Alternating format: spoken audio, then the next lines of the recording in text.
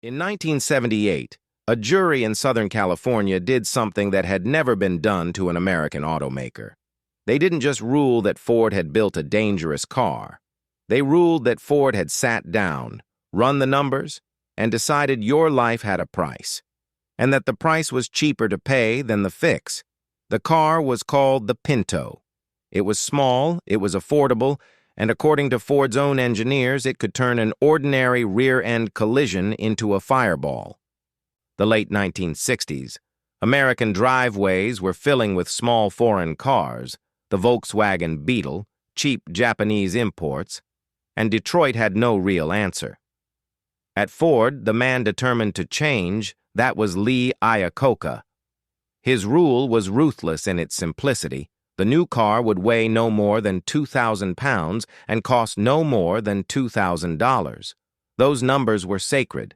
Nothing was allowed to push past them, not features, not weight, and as it turned out, not safety. To beat the imports, Ford pushed the Pinto from drawing board to dealership in roughly 2 years, when a normal car took more than 3. And when you compress that much engineering into that little time, corners don't just get cut. They disappear.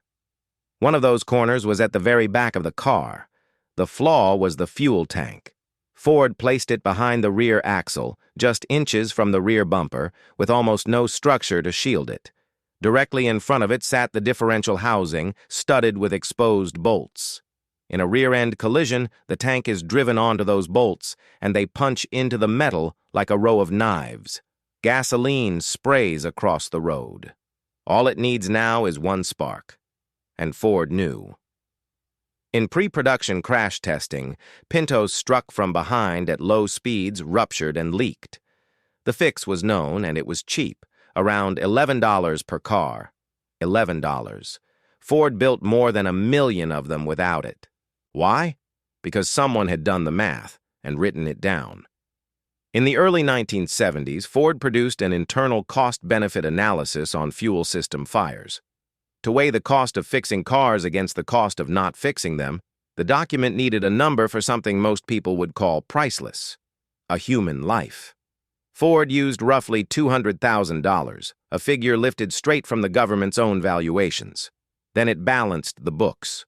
Modifying the fuel systems across the fleet would cost an estimated $137 million. The projected price of the deaths, the burn injuries, and the destroyed vehicles if nothing was done, around $49 million.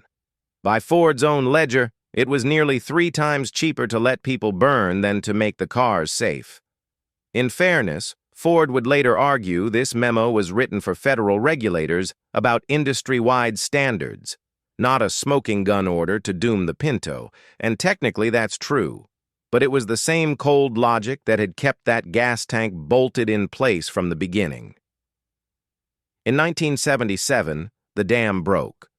The magazine Mother Jones published an investigation titled Pinto Madness.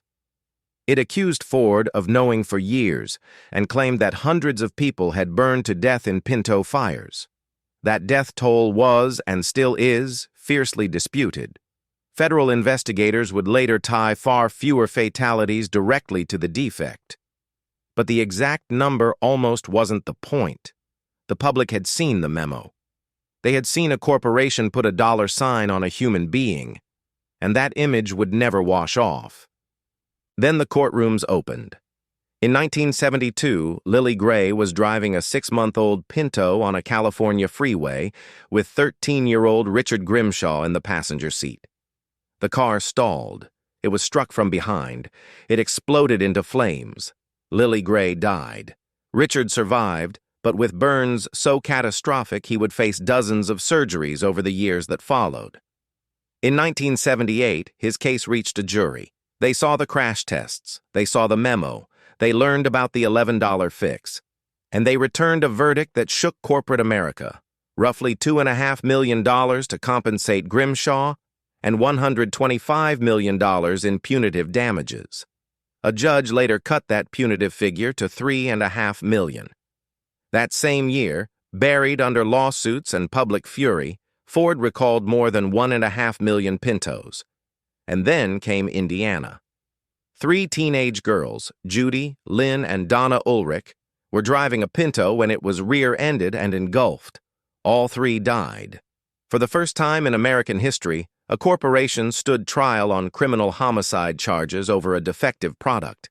Ford spent a fortune on its defense, and in 1980 the jury found Ford not guilty. The company walked out legally cleared, but the verdict in the court of public opinion had already been entered. And there was no appeal. The last Pinto rolled off the line in 1980. In the decades since, researchers have argued the Pinto may not have been much more dangerous than other small cars of its era, and that the death tolls were inflated. Some of that is probably true. But focus on the body count, and you miss the real horror. Because the thing that made the Pinto unforgettable was never just a faulty gas tank. It was the memo. It was the fact that inside one of the most powerful companies on the planet, people calculated the precise dollar value of a human life, weighed it against $11 a car, and chose the $11. That is the darkest verdict of all.